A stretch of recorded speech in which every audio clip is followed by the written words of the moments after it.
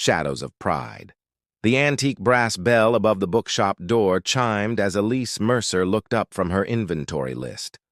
The late afternoon sun filtered through dusty windows, casting golden rectangles across worn wooden floors. At 25, Elise had invested her modest savings into this small corner shop, determined to create something meaningful in the heart of Westbrook.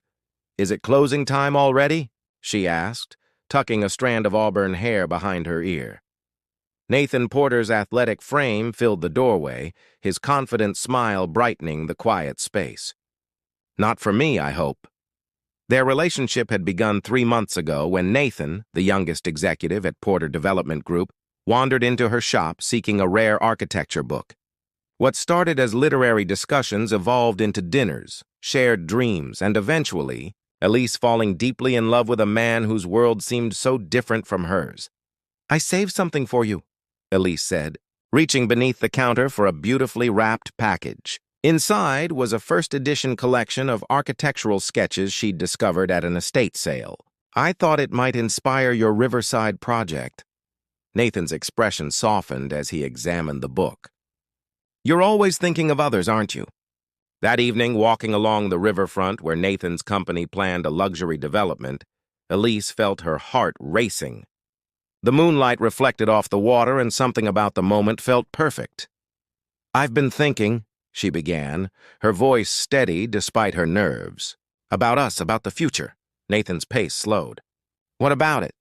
"I know we're from different worlds, but I've never felt this connected to anyone." "I think we could build something wonderful together," she said, exposing her heart fully. "Not just now, but long-term. A real partnership." The silence that followed seemed to stretch for eternity. When Nathan finally laughed, the sound cut through her like winter wind. "Elise," he said, his tone shifting to something unfamiliar. "You're sweet, really. But surely you didn't think this was heading toward something permanent?" Her throat tightened. "I thought what we had was real." "It's been fun, absolutely. You're refreshing, different from the women in my circle. But there's a reason for that." His words became clinical, detached. "Our worlds don't actually mix. The company's board, my family's connections. There are expectations, responsibilities. You must understand that. So I've been what? A charming diversion?" Elise whispered, feeling the ground shift beneath her. "A lovely chapter," Nathan corrected, as if this softened the blow. "But Porter Development is expanding internationally next year. I'll be relocating to Singapore, then London. My life is moving in directions that were always part of my plan." "And I was never in that plan." Nathan sighed, checking his watch. "You'll find someone perfect for your world, Elise. Someone who appreciates this." He gestured vaguely toward the riverfront and the small town beyond. "The way you do." Tears blurred her vision, but pride kept them from falling. "I see. Don't make this into melodrama," he said, irritation edging into his voice. "We had fun. But did you honestly envision yourself at Porter family galas? Board meetings? This was always temporary." The beautiful book she'd given him now felt like a symbol of her miscalculation. When she reached for it, Nathan raised an eyebrow. "Keep it," she said quietly, "a souvenir of your quaint small-town adventure." The next morning, Elise opened her shop as usual, greeting customers with practiced smiles that never reached her eyes. But beneath the counter, her other hand gripped a letter, her acceptance into a prestigious architectural program across the country. Nathan Porter had unintentionally given her clarity. If her world wasn't enough, she would build a new one he couldn't dismiss, one that would never again depend on another person's validation. When she locked the bookshop that evening, she left a "for sale" sign in the window. The quiet revolution. The sleek glass elevator ascended 40 floors, carrying Elise to her new reality. 7 years had transformed the bookshop owner into Elise Mercer, founding partner at Cornerstone Innovations, one of the most forward-thinking architectural firms in Chicago. Her reflection in the polished doors showed a woman of 32, poised and confident in a tailored charcoal suit, her once wild auburn hair now styled in a sophisticated bob. "Morning, Ms. Mercer," called Dominic, her assistant. As she stepped into the airy office space she'd designed herself, The Richardson team is waiting in conference room 3, and the museum board called again about their proposal. Elise nodded, scanning the messages on her tablet. Tell them I'll review their revised concept by Thursday. And Dominic? Ask Vivian to join the Richardson meeting. I want her perspective on the sustainability elements. The path to this moment had been neither straight nor simple.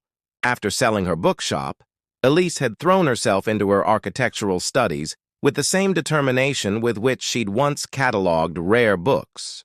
She graduated at the top of her class, interned at prestigious firms, and eventually distinguished herself by combining classical influences with innovative sustainability practices, creating spaces that felt both timeless and revolutionary. Each achievement had helped seal the cracks in her heart. Each professional triumph pushed memories of Nathan further into the background, though she occasionally caught herself wondering what he might think of her success.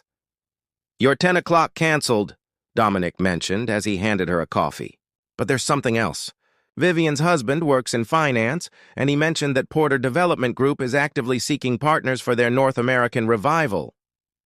Elise's hand froze momentarily around her cup. "Porter Development?" Apparently, they've had quite the fall from grace in Asian markets. Overextended themselves, then got caught in that financial scandal last year. Dominic paused.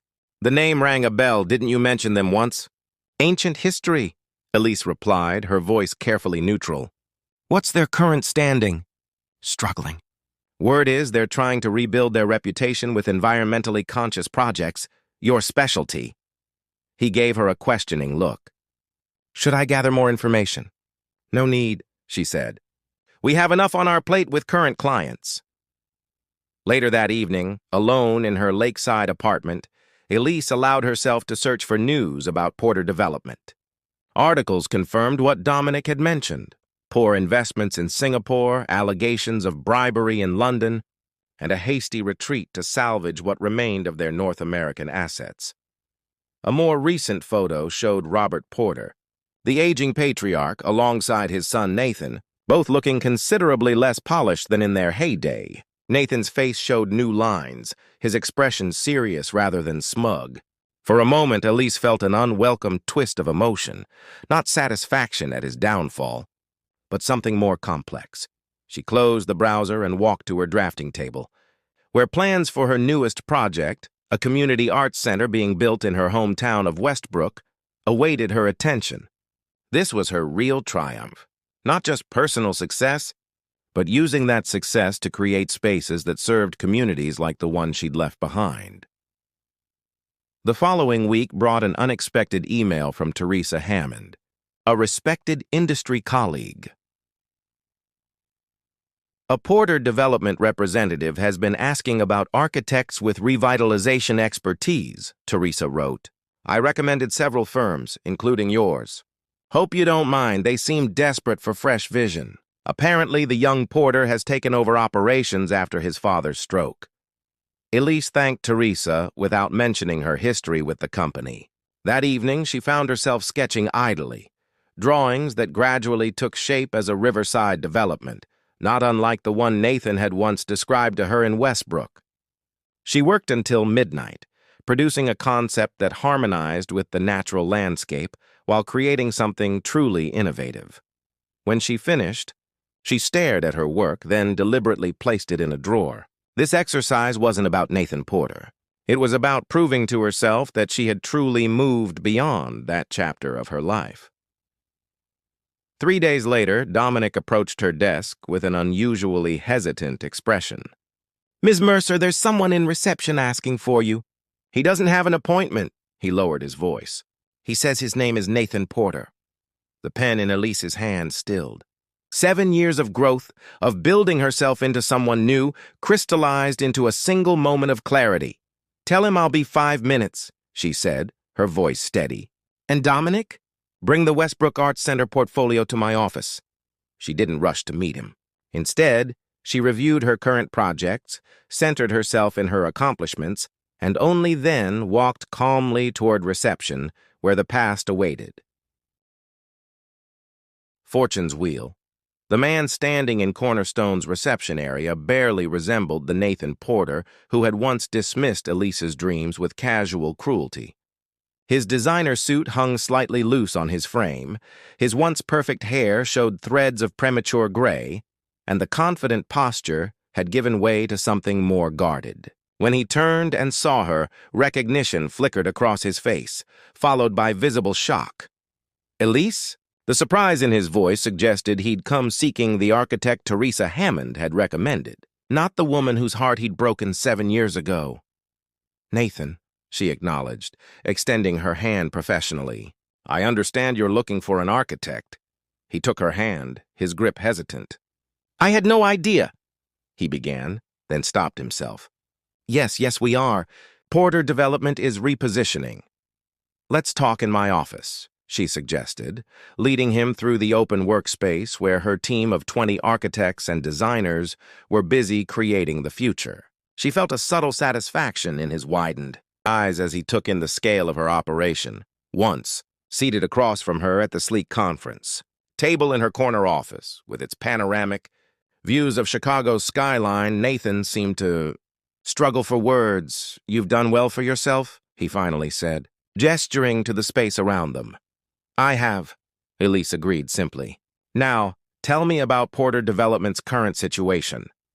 The story emerged gradually.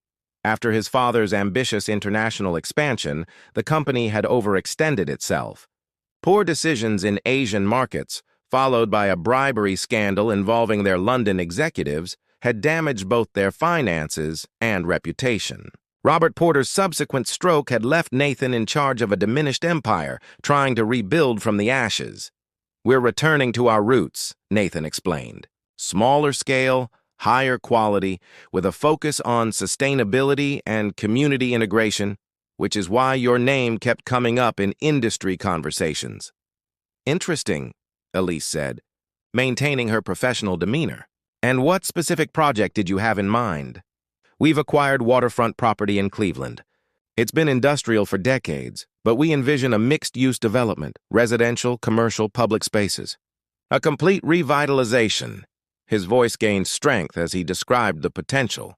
"It's our chance to redefine what Porter Development stands for." Elise studied him. "A reputation rebuild, then?" "Yes," he admitted, "but also something more. I've had time to reconsider many things. Professional and personal," she nodded, deliberately ignoring his implied deeper meaning. "Send over the site specifications and your preliminary requirements. I'll review them and let you know if Cornerstone is interested in submitting a proposal." "That's it?" Nathan looked surprised by her business-like approach. "That's the standard process, yes." She stood, signaling the end of their meeting. "Unless there was something else?" Nathan hesitated, then also rose. "No, I suppose not." "Not yet, anyway." After he left, Elise remained at her window, watching the city below. She had imagined this moment so many times during her early years of struggle, the day Nathan might see who she had become. Yet the reality brought no vindication, only a quiet confirmation that she had truly outgrown the need for his approval. The site details arrived the following morning. The Cleveland waterfront project was exactly the kind of challenge Cornerstone excelled at: complex, community-impacting, and with potential for true innovation. Professionally, it was an opportunity too significant to dismiss because of personal history. "We're submitting a proposal," she informed her team later that day. "But I want something extraordinary, something that transforms not just the site, but how people think about urban waterfront spaces." For 2 weeks, Elise drove her team and herself relentlessly. The resulting proposal wasn't just an architectural plan, but a vision for healing, reconnecting the city with its waterfront, honoring industrial history while creating a sustainable future, building community where barriers had existed. When they finally submitted it, even her most experienced colleagues knew they had created something exceptional. Porter Development's board requested a presentation, which Elise delivered with professional precision, deliberately avoiding eye contact with Nathan until the final slide. "Any questions?" she asked the assembled executives. An older board member leaned forward. "This is remarkable work, Ms. Mercer, but implementing this vision would require close collaboration with our team. Given Porter Development's Recent history, are you comfortable with that arrangement? Before she could answer, Nathan spoke. Ms. Mercer's firm would have complete creative control. Porter Development would adapt to Cornerstone's processes, not the reverse. The room fell silent at this unexpected concession from a porter. 3 days later, Cornerstone received official notification. Their proposal had been unanimously accepted. Porter Development was offering the most generous contract, terms Elise had ever seen, along with a handwritten note from Nathan requesting a private meeting to discuss the path forward. Standing in her office that evening, Elise realized that the universe had offered her something she never expected. Not just professional vindication, but the chance to rebuild something on her own terms. The question was whether that something should remain strictly business, or if there were other foundations worth reconsidering. Bridges over broken waters, the Cleveland waterfront project transformed into more than just a development. It became a crucible where past and present collided daily. Elise established a temporary Cornerstone office near the site, committing to weekly visits while her team worked alongside Porter Development's engineers. 3 months into the project, patterns had emerged. Nathan attended every meeting, involved himself in every decision, and approached Elise's expertise with a deference that occasionally made her uncomfortable. Gone was the arrogant heir who had once dismissed her dreams. In his place stood a man humbled by failure and seemingly determined to prove himself worthy of her professional respect. The community board loved your presentation yesterday, Nathan commented as they walked the construction site one crisp autumn afternoon. Steel frameworks were rising from the once-abandoned industrial landscape, giving physical form to Elise's vision, especially the plan for incorporating local artists into the public spaces. People need to see themselves in their environment, Elise replied, checking structural details against her tablet. This isn't just about buildings, it's about belonging. You always understood that, he said quietly. Even back in Westbrook, Elise stopped walking. Nathan, we need to establish some boundaries. This project is going well, but I'm not interested in revisiting the past. Fair enough, he nodded, though disappointment flickered across his face. Professional only.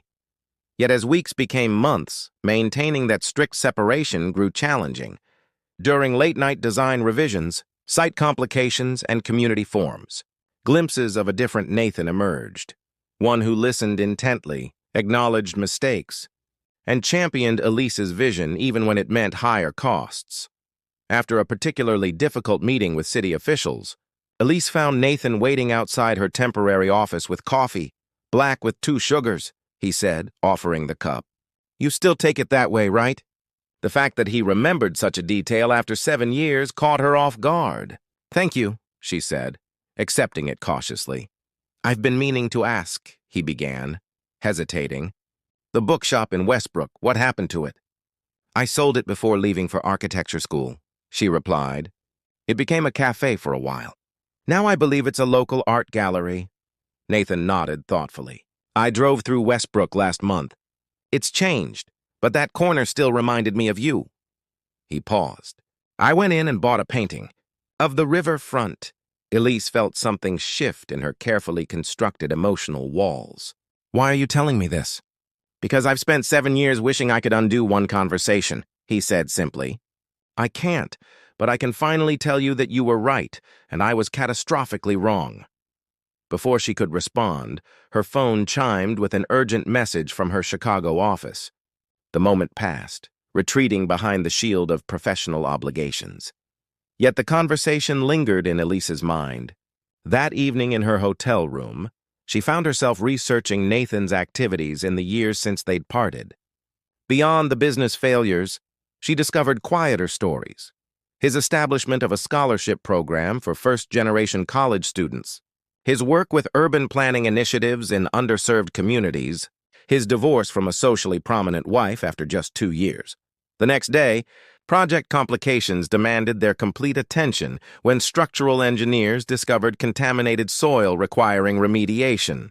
As costs mounted and timelines stretched, Elise expected to see the return of the old Nathan, impatient with obstacles, focused on profit margins. Instead, he remained steadfast. "We'll absorb the additional costs," he told the project team. "This community has already suffered enough environmental damage. We do this right, or we don't do it." Walking back to their vehicles that evening, Elise finally asked the question that had been building. "Why did you really seek out Cornerstone for this project?" Nathan stopped beside his car. "Initially, because your firm's reputation was exactly what Porter Development needed." He looked at her directly. "But when I walked into your office and saw you, the woman whose potential I was too blind to see, I realized this project could be something more. A chance to prove that people can change, that mistakes don't have to be permanent." "Professional respect isn't the same as forgiveness," Elise said carefully. "I know." He opened his car door. "But it's a foundation I never deserved to have." As he drove away, Elise remained standing in the darkening parking lot, feeling the careful compartmentalization of her feelings beginning to crumble. The most unsettling realization wasn't that Nathan had changed. It was recognizing that her own heart might be more unresolved than she had believed. Later that week, during a review of the community center designs, Elise's colleague Vivian pulled her aside. "There's someone here to see you," she said. He said it's personal, not project-related. Elise stepped into the hallway to find Daniel Bennett, the brilliant structural engineer she'd been dating for nearly 8 months. His unexpected appearance from Chicago momentarily delighted her until she noticed the serious expression beneath his smile. "Daniel, what are you doing here?" He embraced her briefly. "I needed to see you. Things have felt distant lately. I thought perhaps it was just this project, but—" His eyes drifted toward the conference room where Nathan was visible through the glass. "Now I'm wondering if there's more to the story." The Light. We Choose, the lakeside restaurant offered privacy and spectacular views of Lake Erie, a neutral territory where Elise and Daniel could have the conversation they needed. Winter had settled over Cleveland, transforming the waterfront project into a landscape of skeletal structures outlined against gray skies, beautiful in its unfinished vulnerability. "I'm not accusing you of anything," Daniel said, his engineer's mind approaching emotions with the same precision he applied to buildings. "But you've changed since this project began. Since working with him." Elise cradled her wine glass, appreciating Daniel's directness. Their relationship had always been built on mutual respect and intellectual compatibility, comfortable and supportive, if lacking the consuming intensity she had once known. "Nathan was part of my life a long time ago," she admitted. "He hurt me deeply, and now it's complicated," she said honestly. "He's not the same person, and neither am I." Daniel studied her face. "You know, when we started dating, I sensed there was someone in your past who had shaped you, made you cautious." "I never pushed because I respected your boundaries?" He smiled sadly. "But I've always wondered if I was competing with a ghost." "Daniel." He covered her hand with his. "You deserve to be someone's first choice, Elise, not their realization after they've lost everything else." He paused. "And I deserve someone who's fully present with me." The truth of his words settled between them. Daniel wasn't wrong. Part of her heart had remained locked away, even after all these years. Their parting that evening was gentle, respectful, and tinged with mutual regret for what might have been under different circumstances. The following morning, Elise arrived at the project site earlier than usual, needing the solitude to process her thoughts. She was surprised to find Nathan already there, reviewing modifications to the community center plans. "You're here early," she observed, keeping her tone professional. "Couldn't sleep," he admitted. These community center revisions needed attention. Elise studied the changes he'd made, thoughtful adjustments that enhanced rather than diminished her original vision. "These are good," she acknowledged. "You've developed an eye for this." "I had an excellent teacher." He hesitated, then added, "Daniel Bennett stopped by my office yesterday." "Impressive man," Elise felt a jolt of surprise. "What did he want?" "To tell me that if I hurt you again, he'd ensure Porter Development never worked with a reputable architect on either coast." Nathan's mouth quirked in reluctant admiration. He also said some things that made me realize I've been unfair to you. Unfair how? By pushing, however subtly, for some kind of redemption. He straightened the plans before him. You've built an extraordinary life, Elise. You don't owe me closure or forgiveness or anything else. I needed to hear that. Something in his quiet acceptance touched her more deeply than any apology had. Daniel and I ended things last night, she said, surprising herself with the admission. Nathan looked up sharply. Because of me? No, she said thoughtfully. Because of me. Because I've been living with one foot in the past, afraid to be fully vulnerable again. That wasn't fair to him. They stood in silence, as dawn light gradually illuminated the construction. Sight, the physical manifestation of both their professional collaboration and their complicated personal history. I have a confession, Nathan finally said. The day I walked into your Chicago office, I knew exactly who I was looking for. Teresa Hammond mentioned your name, and I researched everything about Cornerstone Innovations and its founding partner before making that appointment. Elise felt a smile tug at her lips. So much for cosmic coincidence. I told myself it was about finding the right architect, he continued. But it was always about finding you. Not to win you back. I forfeited that right years ago, but to see the person you became without me. To apologize properly. He gestured to the emerging buildings around them. All this is because you had the courage to walk away and build something new. The raw honesty between them felt like fresh air after years of careful emotional regulation. Over the following weeks, as winter gave way to early spring, Elise and Nathan established a new relationship. Not romantic, not purely professional, but something honest. They spoke of the years between, of lessons learned and paths not taken. Nathan shared the humbling journey of rebuilding his company with more integrity. Elise described her struggle to trust again after their painful ending.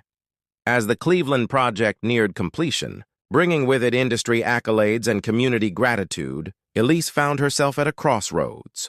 Cornerstone needed her back in Chicago full-time for new projects. Yet something about Cleveland, or perhaps someone, had begun to feel like a possibility worth exploring. On the evening before the development's grand opening, Elise found Nathan on the observation deck they had designed to overlook both the lake and the city. The setting sun cast long shadows across what they had built together. I received an interesting offer today, she said, joining him at the railing. A major project in Cleveland. The university wants to revolutionize their campus with sustainable architecture. You'd be perfect for that, he said. But Chicago, Vivian is ready for a partnership role, Elise replied. And Cornerstone could benefit from an Ohio office. Nathan turned to face her, hope and caution warring in his expression. Elise, I don't want to misinterpret. I'm not making decisions based on you, she said firmly. I'm making them based on me, on what I want for my future. She took a deep breath. But I'm also not running from possibilities anymore. What exactly are you saying? That tomorrow we celebrate what we've built here. And the day after that. She offered a small, genuine smile. Maybe we could have dinner, not as client and architect, just as two people who might have more chapters to write. Nathan's expression softened into something she hadn't seen in 7 years. Authentic joy, uncomplicated by ego or pretense. I'd like that very much. As they stood side by side watching the sunset transform their creation into silhouettes against a painted sky, Elise realized that the true power of moving on wasn't found in rejection or revenge, but in the freedom to choose one's own path forward, sometimes circling back to rewrite endings into new beginnings, sometimes charting entirely new territories. Either way, the choice was finally completely her own.